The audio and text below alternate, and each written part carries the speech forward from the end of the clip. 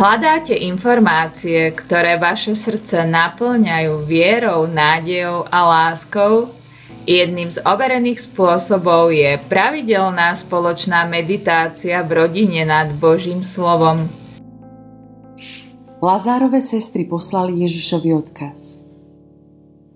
Pane, ten, ktorého miluješ, je chorý.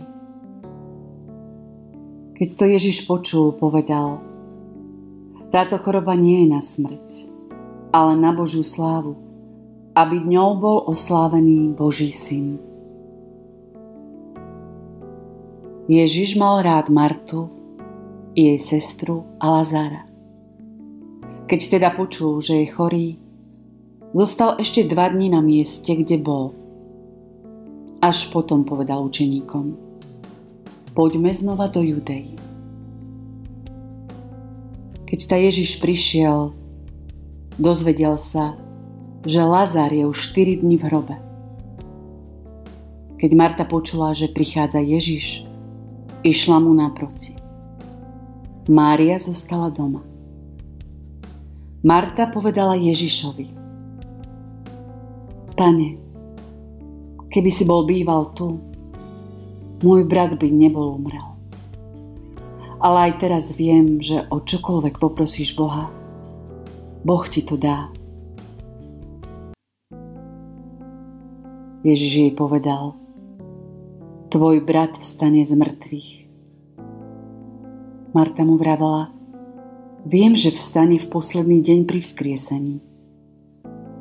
Ježiš jej povedal: ja som vzkriesenie a život. Kto verí vo mňa, bude žiť, aj keď umrie.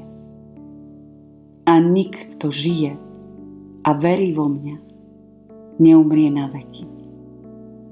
Veríš tomu? Povedala mu: áno, Pane, ja som uverila, že ty si Mesiáš, Boží syn, ktorý mal prísť na svet. Ježiš sa zachvel v duchu a vzrušený sa opýtal: kde ste ho uložili? Povedali mu: Pane, poď sa pozrieť. A Ježiš zaslzil. Židia povedali: hľa, ako ho miloval.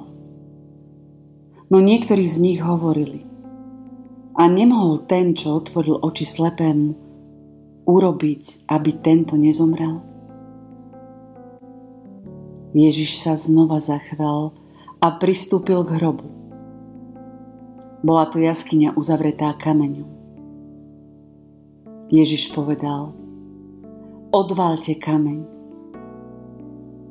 Marta, sestra mŕtvého, mu povedala: Pane, už páchne, veď je už 4 dni v hrobe. Ježiš jej vravel: nepovedal som ti, že ak uveríš, uvidíš Božiu slávu. Odvalili teda kameň. Ježiš pozdvihol oči k nebu a povedal: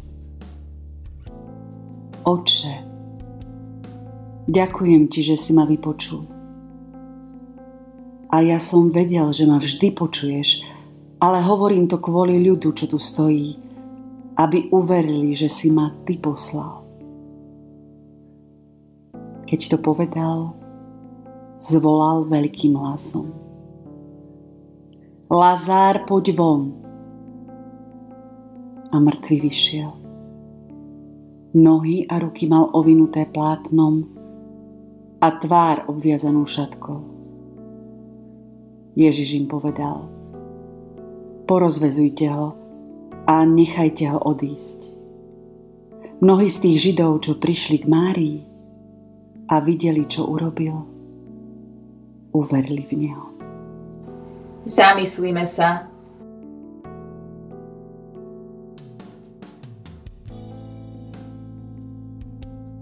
Podielte sa s nami dole v komentároch.